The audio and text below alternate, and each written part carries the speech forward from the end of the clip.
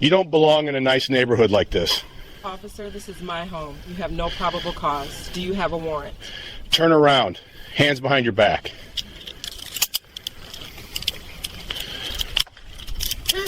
Judge Eleanor Vance believed in order. It was the principle upon which she had built her entire life, a 28-year career in law that had taken her from a public defender's office in a forgotten corner of the state to the hallowed chambers of the United States District Court for the Southern District of Ohio. For 2 decades, she had been the arbiter of order, the woman who criminals and corrupt officials alike learned to fear. She was a federal judge who did not bend, did not waver, and never allowed the guilty to walk free on a technicality they did not deserve. She had dismantled white-collar crime syndicates, sent crooked politicians to federal prison, and built a formidable reputation as one of the most principled jurists in the nation. But none of that mattered on the crisp, sunlit morning Officer Kyle Renner screamed into her driveway, accusing her of casing her own home. Eleanor Vance was born in 1971 in Cleveland, Ohio. Her life was not one of privilege. It was a testament to relentless effort and an unshakable belief in the power of the law. Her father, a steelworker, had been laid off during the industry's decline, spending the latter half of his life working thankless jobs to keep the family afloat. Her mother was a nurse, a woman who saw the raw, unfiltered struggles of her community every day in the emergency room. They raised Eleanor and her brother in a neighborhood where the system's failures were not abstract concepts discussed on the news. They were the cracked sidewalks, the underfunded schools, the constant presence of desperation. She watched as good people, her neighbors, were consumed by circumstances beyond their control, often entangled in a legal system they could not understand and could not afford to navigate. She saw firsthand how the law could be a weapon in the hands of the powerful or a shield for the vulnerable. From a young age, she decided she would be the one to wield the shield. She worked her way through Ohio State University, graduating summa cum laude with degrees in history and political science in 1993. She was accepted into several Ivy League law schools, but chose to attend the University of Michigan School of Law on a scholarship. She wanted to remain in the Midwest to serve the communities that had shaped her. She graduated in 1996, in the top 5% of her class, turning down lucrative offers from corporate law firms in New York and Chicago. The money held no appeal. Her mission was different. The law, she often said, is not self-enforcing. It requires guardians, people of conscience willing to fight for its correct application. For 18 years, she served as an assistant U.S. attorney, carving out a specialty in public corruption and complex financial crimes. She prosecuted mayors who took kickbacks, CEOs who defrauded their shareholders, and police officers who betrayed their oath. Her preparation was legendary, her courtroom presence commanding. She was known for being unyielding in her pursuit of justice, but scrupulously fair to defendants. Her conviction rate in cases that went to trial was an astonishing 92%, a figure that was almost unheard of in federal prosecution. She had secured convictions against dozens of powerful figures, men who thought their wealth and influence placed them above the law. She proved them wrong, time and again. At 48, she was promoted to chief of the criminal division. She mentored young prosecutors, instilling in them her own rigorous ethical standards. She rewrote the district's manual on prosecuting official corruption, a guide that was later adopted by U.S. attorneys' offices across the country. When a seat opened on the federal bench, her nomination by the president was a foregone conclusion. She was confirmed by the Senate with broad bipartisan support at the age of 50. In her 5 years as a federal judge, she had already authored 42 published opinions. A third of those opinions had reversed convictions based on constitutional violations, particularly Fourth Amendment abuses by law enforcement. Her courtroom was known as a place where the powerful were held accountable, and where the abuse of authority, no matter the color of the uniform, would meet its reckoning. Judge Vance was also a mother. Her 2 children, Liam, 22, and Chloe, 24, were her anchor. Both had recently graduated from college and were living at home temporarily. Liam, while he studied for the LSAT, hoping to follow in her footsteps, and Chloe, while she worked a remote job and saved for a move to Chicago. They were the center of her world, the reason she balanced her demanding 14-hour days with a fierce commitment to home life. She had raised them to be thoughtful, principled, and aware of the world around them. She lived in a quiet, upper-middle-class suburb of Columbus. Her house was a tasteful two-story brick colonial, with a meticulously kept garden and an American flag flying by the front door. It was a picture of tranquility, the very image of the American dream she had worked so tirelessly to achieve. She was not just the formidable Judge Vance. She was the mother who debated politics with her son over dinner and helped her daughter plan her future. On the morning of the incident, Judge Vance had woken at her usual 6 a.m. She went through her routine with the same methodical precision she applied to her legal work. She had prepared coffee, read the morning's legal briefings online, and made a light breakfast for her and the kids. They were planning a weekend trip to a state park, a rare chance for all three of them to escape their busy schedules. At 8:15 a.m., according to her home's security camera, Judge Vance and her children were bringing their bags to the car. Liam was carrying a cooler, and Chloe was wrestling with a large duffel bag. Judge Vance was doing a final check, walking from the front door to the car parked in her own driveway. Liam was recounting a funny story from his prep class. Chloe was laughing. They were a family, enjoying a peaceful moment on a beautiful day. At 8:19 a.m., Judge Vance was locking her front door when she heard the squeal of tires. A police cruiser turned onto her street at high speed, a stark contrast to the quiet residential atmosphere. She barely gave it a thought. Police patrols were a normal part of life. In 3 minutes, that normal part of life would shatter her world. Officer Kyle Renner was 32 years old, with a physique honed by hours in the gym and an attitude forged by a decade on the force where aggression was often mistaken for effectiveness. He had a reputation within his department for being a go-getter, a term that served as a polite euphemism for his aggressive stops and a tendency to escalate situations. In his 10 years as an officer, he had been the subject of 8 internal affairs complaints, ranging from verbal abuse to racial profiling. Every single one had been closed without disciplinary action. The pattern was consistent: an aggressive approach, a refusal to de-escalate, accusations based on gut feelings rather than evidence. But each time, his reports were written to justify his actions, and the department's internal review process had found no fault. He was cleared again and again and sent back onto the streets with his biases and methods unchanged. He was a product of a system that had never held him accountable for his actions. At 8:17 a.m., according to the timestamp on his body camera, Officer Renner received a call from dispatch. It was a report of a suspicious person in the affluent Northwood Estates neighborhood. The caller, an anonymous neighbor, reported seeing a woman who didn't look like she belonged, walking around a house, looking at it strangely. The caller specified the woman was black. No crime had been reported. No alarm had been triggered. The call was a textbook example of a bias-based report.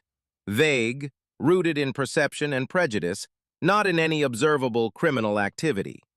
A more experienced or thoughtful officer might have approached the situation with caution and an open mind.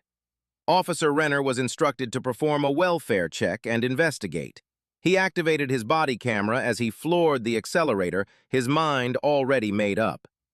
At 8:21 a.m., he turned onto Judge Vance's street, his eyes scanning for anything out of place. He saw a black woman standing in the driveway of a large brick home, with a young man and woman nearby carrying bags to a car. Everything about the scene screamed normalcy. A family preparing for a trip. The woman was locking her own front door. The younger people were clearly relaxed and comfortable. But Officer Renner did not see a family. Through the lens of the biased dispatch call and his own ingrained prejudice, he saw a scene that didn't compute. A black woman in front of a house in this neighborhood. The calculation he made was instantaneous and utterly devoid of facts. It was an assumption, a dangerous leap of logic that a person of color could not possibly own such a home. This was the suspicious person he was looking for. He didn't park on the street. He pulled his cruiser directly into the driveway, blocking the family's vehicle. The move was deliberately intimidating, a tactical assertion of dominance. He exited his vehicle with a sharp, aggressive motion, leaving the driver's side door open. His body camera was recording as he stormed towards the group. "What are you doing here?" Officer Renner's voice was not a question, it was an accusation. It was loud, sharp, and designed to put them on the defensive immediately. Judge Vance turned, her hand still on the key in her front door. Her expression was one of mild surprise, not alarm. Her posture was open, her hands visible. "I'm sorry, officer. We're just getting ready to leave," she said, her voice calm and professional. "We live here." Renner's eyes swept over her, then to her children, then to the house, a look of profound disbelief on his face. "This is your house?" he asked, the skepticism dripping from his words. The question was not meant to gather information. It was meant to challenge her, to imply she was lying. "Yes," Judge Vance replied, her tone remaining even. "This is my home. These are my children." Officer Renner stepped closer, invading her personal space. The body camera footage would later show the deliberate physical pressure he was applying, a common tactic to intimidate and provoke a reaction. "I got a call about someone casing a house in this neighborhood. Someone matching your description was seen acting suspiciously." The lie was blatant. The description had only been a black woman. It matched millions of people. It was a pretext. "Officer, I was locking my front door," Judge Vance stated, enunciating each word with clarity. "I was not casing anything. I was leaving my own home with my family." But Renner was not listening. He was operating on a script he had written in his head the moment he got the call. "You don't look like you belong in a neighborhood like this." The words, loaded with a generation of prejudice, hung in the morning air. The body camera recorded them. The home security camera recorded them. It was the moment his bias was no longer implied. It was explicit, a spoken declaration of his prejudice. Liam and Chloe, who had initially been watching with confused silence, now looked visibly angry. They sensed the injustice, the humiliation being directed at their mother. This was not a misunderstanding. This was an attack. "Officer, I can assure you, we belong here because we live here," Judge Vance said. Her voice, though still calm, had acquired a new firmness, the same tone she used in her courtroom when an attorney was straying from the facts. "This is my property. I have every right to be here, and my children have every right to be on our own property without being harassed." The word harassed seemed to flick a switch in Officer Renner. His jaw tightened. To him, her calm assertion of rights was not compliance, it was defiance. "I need to see some identification," he demanded, his hand gesturing impatiently. "It's inside my purse, which is in the house," Judge Vance explained patiently. "I was not planning on carrying my driver's license to walk from my front door to my car in my own driveway." It was a perfectly reasonable statement, but for Renner, it was another sign of non-cooperation. He saw it as an evasion, a story from someone who had been caught and was trying to buy time.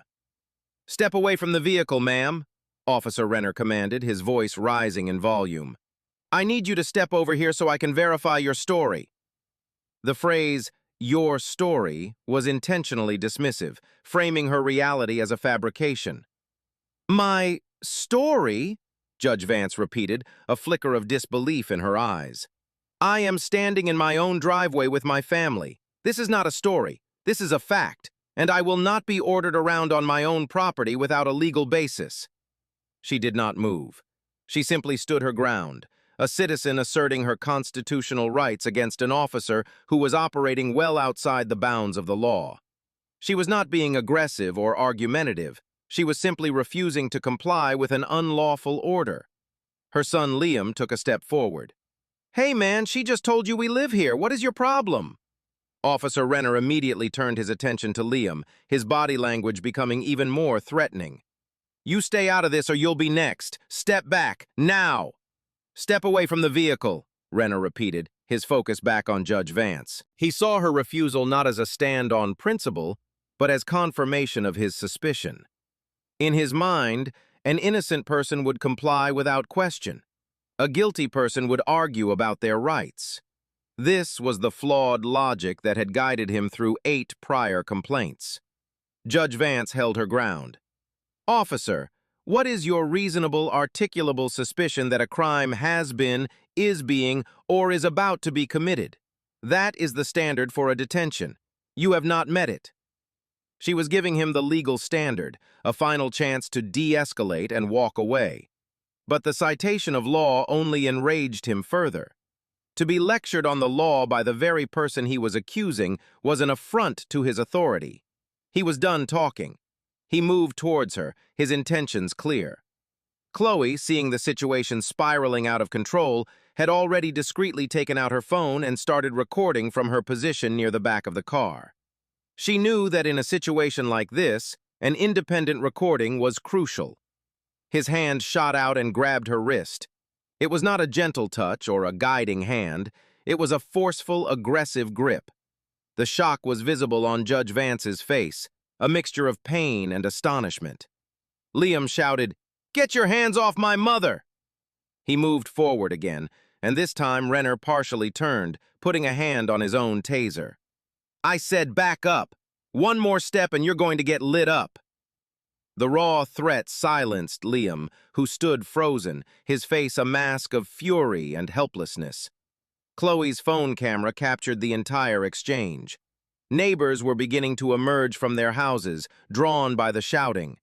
Linda Gable, who lived across the street and had known the Vance family for years, came out onto her porch. She saw the commotion, the officer's aggression, and the fear on the faces of the children. This was not right. "Judge Vance, what's happening?" a voice called out from inside the house. It was Maria, their longtime housekeeper, who had been watching in horror from the front window. She ran to the open front door, her voice filled with panic.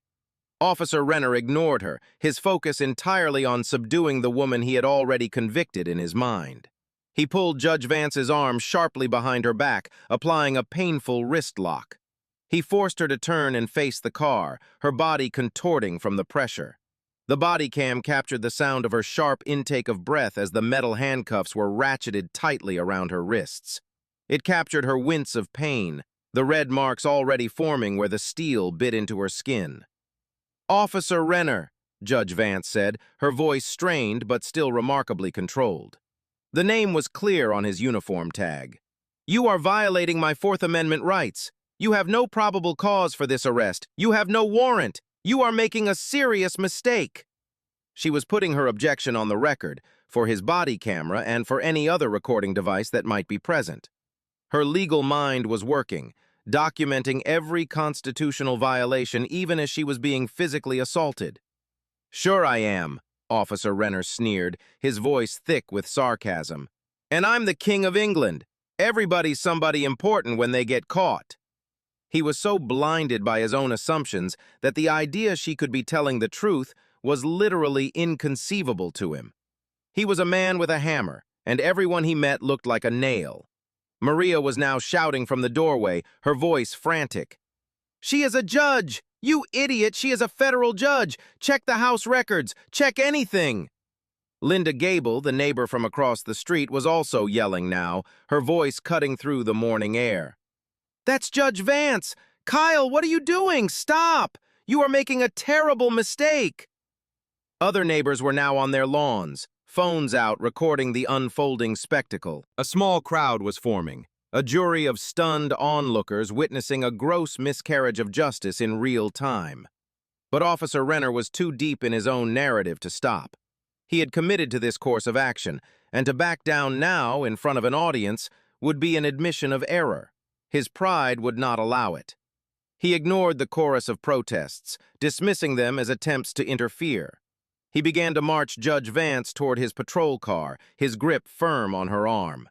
The body camera footage would later show him roughly pushing her forward, treating her not as a citizen, and certainly not as a judge, but as a dangerous criminal. At 8:26 a.m., according to the body camera's timestamp, a mere 5 minutes after he had arrived, Officer Renner opened the rear door of his patrol car. He placed his hand on top of Judge Vance's head, a gesture typically used to prevent a resisting suspect from injuring themselves. But in this context, it was an act of pure degradation, and forced her into the back seat. He slammed the door shut, sealing her in the cramped, plastic-molded space reserved for prisoners. 8:21 a.m. The aggressive stop had begun. 8:26 a.m. Judge Eleanor Vance, a sitting United States federal judge, was in the back of a police car, arrested on her own property for the crime of locking her front door. Her 2 adult children watched in a state of shock and impotent rage. The trauma of seeing their mother, a pillar of strength and justice, humiliated and manhandled in such a way would be a scar that would never fully heal. Renner strode back to Liam and Chloe, his face set in a grim line. "Don't go anywhere. I need to run your names too." He then turned to the growing group of neighbors. "Everybody back in your houses! This is official police business!"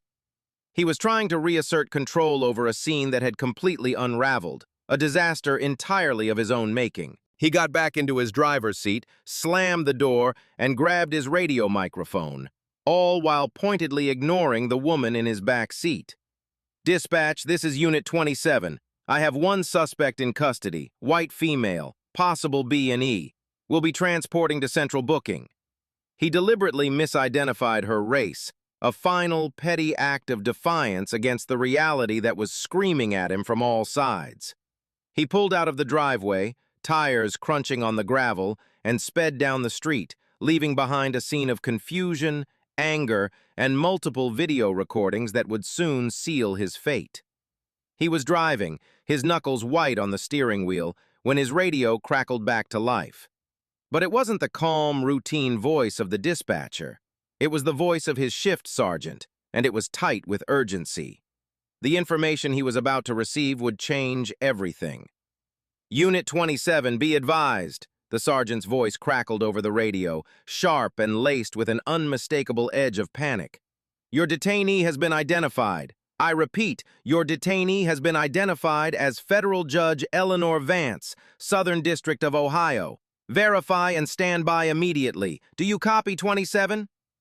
For a moment, there was only the sound of the road and the hum of the engine. Officer Renner's hands clenched on the steering wheel. The body camera, angled up from his chest, captured his face in the reflection of the rearview mirror. It was a study in sudden, catastrophic realization. The confident swagger drained from his expression, replaced by a wave of disbelief, then dawning horror. His eyes widened. His mouth fell slightly open. It was the precise moment he understood that he hadn't just made a mistake. He had committed a career-ending, city-bankrupting blunder. He didn't pull over immediately. He continued driving for another 30 seconds, his mind clearly racing, trying to process the sheer magnitude of his error. He was calculating, trying to find an escape hatch from a situation that had none. He had arrested a federal judge. He had put his hands on her, cuffed her, and thrown her in the back of his car like a common thief, all while she calmly and correctly told him who she was and what he was doing wrong. He had ignored her. He had ignored her family. He had ignored her neighbors. Every second of his arrogance, his prejudice, and his unlawful actions was being recorded on his own body camera.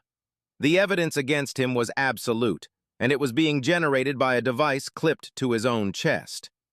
At 8:31 a.m., according to the body cam timestamp, a sleek black SUV with government plates appeared suddenly in his rearview mirror, closing the distance with alarming speed. It wasn't using lights or sirens, but its movements were authoritative and purposeful. The SUV pulled alongside his patrol car on the highway, and 2 men in sharp, dark suits stared across at him. They were U.S. Marshals, part of the Judicial Protection Detail. They had been alerted by Chloe's frantic call to the family attorney, who had immediately contacted the Marshal Service. One of the marshals gestured forcefully with his hand, an unmistakable command. "Pull over, now!" Renner's brief paralysis broke. He signaled and pulled his cruiser onto the shoulder of the highway. The black SUV parked directly behind him, boxing him in. The two marshals exited their vehicle and moved toward the patrol car with a calm, deliberate authority that made Renner's own bluster look childish. One marshal went to the driver's side, while the other went directly to the rear passenger door where Judge Vance was seated, still in handcuffs. The marshal at the back door opened it. "Your Honor, are you all right?" he asked, his voice a model of professional respect. The other marshal addressed Renner, who had now stepped out of his car. "Uncuff her," the marshal said. His voice was quiet but carried the weight of absolute command. It was not a request. Officer Renner hesitated for a split second, his mind still struggling to catch up with the disastrous reality. "Now," the marshal repeated, his gaze unwavering and cold. The single word cut through Renner's confusion. He moved numbly to the back of his own car, fumbled for his handcuff key, and reached in to unlock the restraints from Judge Vance's wrists. As the cuffs came off, the marshals immediately examined her. The red welts were stark against her skin, the beginnings of deep bruises already forming where the metal had been cinched too tightly. "We've got a medical team on standby, Your Honor," the first marshal said, his tone shifting to one of deep concern and apology. "I am so sorry for this situation." The moment the radio had confirmed her identity, Renner understood he had arrested the wrong person. But it wasn't just the wrong person, it was arguably one of the most powerful and respected figures in the state's entire legal system. It was too late for apologies. It was too late for anything. Judge Vance took a moment, gathering herself.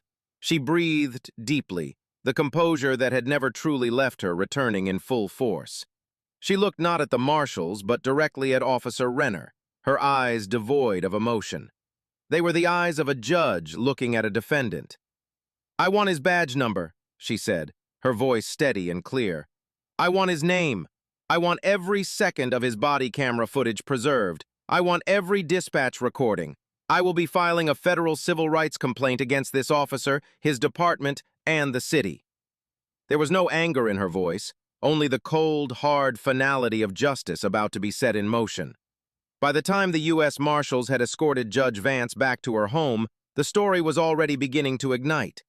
Chloe, a digital native, had not just called the lawyer, she had sent him the video she recorded on her phone. Linda Gable, the neighbor, had called a friend at a local news station, her voice trembling with outrage as she described what she had witnessed. The security camera footage from the Vance home, which captured a wider, clearer angle of the entire incident, was being copied to a secure drive by a very shaken Liam.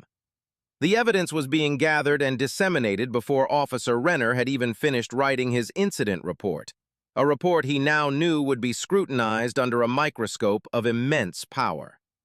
By noon, the cell phone footage had been sent to the news station, which immediately recognized the explosive nature of the story. By 2 p.m., a local news website had published the video under a screaming headline, "Federal Judge Arrested in Her Own Driveway." By 4 p.m., the story and the video had been picked up by national news outlets and were rocketing across social media.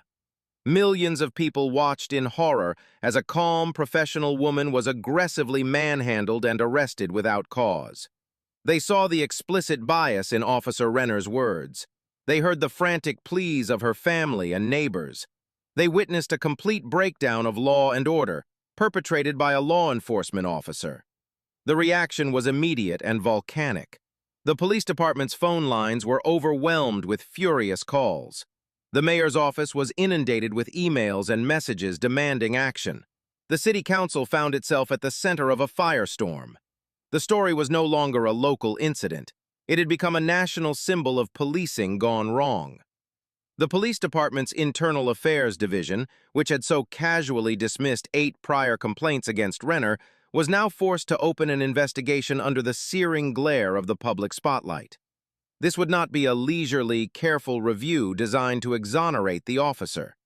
This was damage control of the highest order. They knew the optics were catastrophic. They knew the legal exposure was enormous. Officer Kyle Renner was immediately placed on paid administrative leave pending the outcome of the investigation. His badge and service weapon were surrendered. His access to the police station and its computer systems was revoked. The department was trying to distance itself from him, but everyone knew it was too late. The investigation, which normally would have taken months, was concluded in a record 72 hours. The findings were clear, damning, and unavoidable. The evidence, the body cam footage, the security camera footage, the cell phone video, and the testimony of over a dozen witnesses was irrefutable. The report concluded that Renner was guilty of an unlawful stop conducted without reasonable suspicion, unlawful detention, and unlawful arrest executed without probable cause. He was cited for assault due to the use of excessive force and for clear violations of the department's own policies on conduct and de-escalation. Most significantly, the report officially acknowledged the presence of racial profiling. It was a stunning list of failures, a complete violation of constitutional law and basic police procedure. A prominent legal expert appeared on national television to break down the incident for the public. She explained the Fourth Amendment's protection against unreasonable searches and seizures. She clarified that an officer cannot arrest someone simply because their presence in a certain neighborhood makes the officer feel suspicious. She detailed, point by point, how Officer Renner had violated the most fundamental protections guaranteed by the Constitution, the very laws he had sworn an oath to uphold. When a judge's rights are violated so flagrantly on her own property, the entire system must answer for it. Judge Vance, true to her word, filed a comprehensive federal civil rights lawsuit. She did not do it for the money, but for the principle. She named Officer Kyle Renner individually, piercing the veil of qualified immunity. She named the police department, citing its history of failing to discipline Renner as evidence of a systemic problem. And she named the city, holding it ultimately responsible for the actions of its employees. The lawsuit laid out a devastating list of claims: false arrest and false imprisonment, civil rights violations under 42 U.S.C. Section 1983, violation of Fourth Amendment rights, violation of 14th Amendment equal protection rights, citing racial discrimination, assault and battery, intentional infliction of emotional distress, and abuse of authority. The demand for damages was substantial, but the core of the lawsuit was a demand for accountability. It was a demand that the system which had created and protected Officer Renner be forced to acknowledge its failure and fundamentally change. Officer Renner's defense, constructed by the city's attorneys, was paper-thin from the start. They attempted to argue that he had acted in good faith based on the dispatcher's call about suspicious activity. But the call itself was vague and biased, offering no concrete evidence of a crime. The body camera footage completely destroyed the claim of good faith. It showed that from the moment Renner arrived, he was not investigating, he was accusing. He approached with hostility, refused to listen to simple explanations, and escalated the situation at every turn. The footage showed Judge Vance doing absolutely nothing suspicious. She was locking her door, preparing to leave her home with her family, exactly as she had stated. The video was not just evidence, it was the entire story, an unblinking, objective narrator that could not be cross-examined or intimidated. The trial was a media spectacle, but inside the courtroom, it was a methodical deconstruction of a colossal failure. Witness after witness took the stand. Liam and Chloe testified about the fear and helplessness they felt watching their mother be arrested, their voices steady but filled with emotion. Linda Gable and other neighbors testified about what they had seen and heard, corroborating every detail of the Vance family's account and painting a picture of an officer who was completely out of control. Maria, the housekeeper, testified about Renner's refusal to listen when she pleaded with him that he was arresting a judge. A nationally recognized law enforcement expert testified about the patterns of racial profiling in police stops, explaining how Renner's actions fit a well-documented and toxic model of biased policing. A constitutional law professor from a prestigious university took the stand and delivered a powerful lecture on Fourth Amendment violations, using Renner's own body camera footage as a case study in what officers must never do. The jury watched the body camera footage repeatedly. It was played in slow motion. Key moments were frozen on the screen for emphasis. They saw Renner's aggressive approach. They saw his dismissive questions and Judge Vance's calm, patient answers. They saw him refuse to accept the simple truth that she lived there. They saw him escalate without any provocation. They saw him physically grab Judge Vance and violently wrench her arm behind her back to apply handcuffs. They saw the pain on her face. And most damningly, they saw him refuse to stop even as multiple people, including his own dispatcher, told him the truth.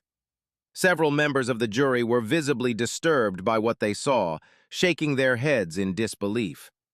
The law does not protect itself. It requires evidence, it requires witnesses, and it requires a jury willing to see the truth. Finally, Officer Kyle Renner took the stand in his own defense. He claimed he had reasonable suspicion because the situation felt off. He argued that Judge Vance had been argumentative and non-compliant when she asserted her rights and refused to immediately produce identification. But under a sharp cross-examination from Judge Vance's attorney, his testimony fell apart. Every statement he made was immediately contradicted by the body camera footage. She was evasive, he claimed. The attorney played the clip of her calmly stating that her ID was inside her house. She was a threat, he insisted. The attorney played the clip of the unarmed, middle-aged woman standing peacefully on her own property. I had to make a split-second decision, he pleaded. The attorney played the full 7-minute video, showing him with ample time to listen, observe, and de-escalate, choosing instead to escalate at every opportunity. The footage showed him as the aggressor. The footage showed Judge Vance remaining a pillar of calm despite his hostility. He was not a peacekeeper. He was an instigator. The jury deliberated for less than 6 hours. They reviewed the footage one last time. They reviewed the jury instructions on the standards for reasonable suspicion and probable cause. The questions they sent back to the judge were not about whether a right had been violated, but about the specific legal definitions of assault and battery. They were taking their duty seriously, but the outcome was never in doubt. On the morning of the second day of deliberations, they returned with a unanimous verdict. Officer Kyle Renner had willfully and maliciously violated Judge Eleanor Vance's constitutional rights. He was liable for civil rights violations. He was liable for false arrest. He was liable for assault and battery. The system he had worked for, a system that had protected him for a decade, had finally been forced to hold him accountable. The damages awarded by the jury were substantial, designed not only to compensate Judge Vance, but to send an unequivocal message to the city and its police department. They awarded $2 million in compensatory damages for the emotional distress, humiliation, and violation of rights.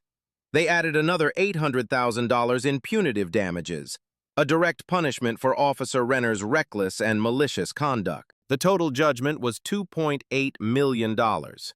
It was a staggering sum that the taxpayers of the city would be forced to pay, a concrete financial consequence for the systemic failure to rein in one officer's bias and aggression. The verdict was the final nail in the coffin of Kyle Renner's career. 2 days later, following the formal recommendation of the internal affairs report he had triggered, he was terminated from the police force. Due to the nature of the civil verdict and the IA findings, his state law enforcement certification was permanently revoked. He would never work as a police officer in Ohio, or likely anywhere else in the country, ever again. In the wake of the verdict, the police department, facing immense public pressure and the threat of further federal oversight, implemented sweeping changes. Mandatory immersive training on implicit bias and constitutional policing was instituted for every officer on the force. The department's body camera review protocols were completely overhauled. Now, a random selection of footage from every officer was reviewed by a civilian oversight board each month to identify patterns of misconduct before they could escalate into a lawsuit. Liam and Chloe, though proud of their mother's strength, were both in counseling. The trauma of watching their mother, their protector, be so violently and unjustly treated had left a deep and lasting wound.